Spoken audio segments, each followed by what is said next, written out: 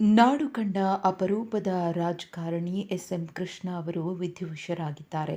ಇನ್ನು ಎಸ್.ಎಂ. ಕೃಷ್ಣ ಅವರ ನಿಧನದ ಹಿನ್ನೆಲೆಯಲ್ಲಿ ನಾಳೆ ಸರ್ಕಾರಿ ರಜೆಯನ್ನ ಘೋಷಣೆ ಮಾಡಲಾಗಿದೆ.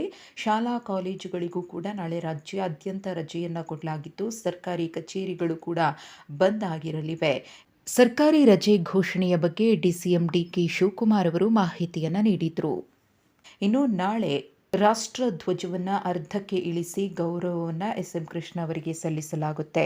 ಈಗಾಗಲೇ ಇದರ ಕುರಿತು ಕರ್ನಾಟಕ ಸರ್ಕಾರ ಅಧಿಸೂಚನೆಯನ್ನು ಕೂಡ ಹೊರಡಿಸಿದೆ. ಎಸ್.ಎಂ. ಕೃಷ್ಣ ಅವರ ಅಗಲಿಕೆಗೆ ಸಂತಾಪವನ್ನು ಸೂಚಿಸಿ ನಾಳೆ ಅವರ ಹುಟ್ಟೂರು ಮಂಡ್ಯ ಜಿಲ್ಲೆಯಲ್ಲಿ ಸಕಲ ಸರ್ಕಾರಿ ಗೌರವಗಳೊಂದಿಗೆ ಅಂತ್ಯಕ್ರಿಯೆಯನ್ನು ನೆರವೇರಿಸಲಾಗುತ್ತೆ. ಇನ್ನು ದಿನಾಂಕ 10-12-2024ರಿಂದ 12-12-2024ರವರೆಗೆ 3 ದಿನಗಳು ಶೋಕವನ್ನು ಆಚರಿಸಲಾಗುತ್ತೆ. ಈ ಅವಧಿಯಲ್ಲಿ ಯಾವುದೇ ಸಾರ್ವಜನಿಕ ಮನೋರಂಜನಾ ಕಾರ್ಯಕ್ರಮಗಳು ಇರುವುದಿಲ್ಲ. ರಾಜ್ಯ ಸರ್ಕಾರದ ಎಲ್ಲಾ ಕಟ್ಟಡಗಳ ಮೇಲೆ ರಾಷ್ಟ್ರ ಧ್ವಜವನ್ನು ಅರ್ಧ ಮಟ್ಟದಲ್ಲಿ ಹಾರಿಸಲಾಗುವುದು ಅಂತ ಹೇಳಿ ಈಗಾಗಲೇ ಅಧಿಸೂಚನೆಯನ್ನ ಹೊರಡಿಸಲಾಗಿದೆ.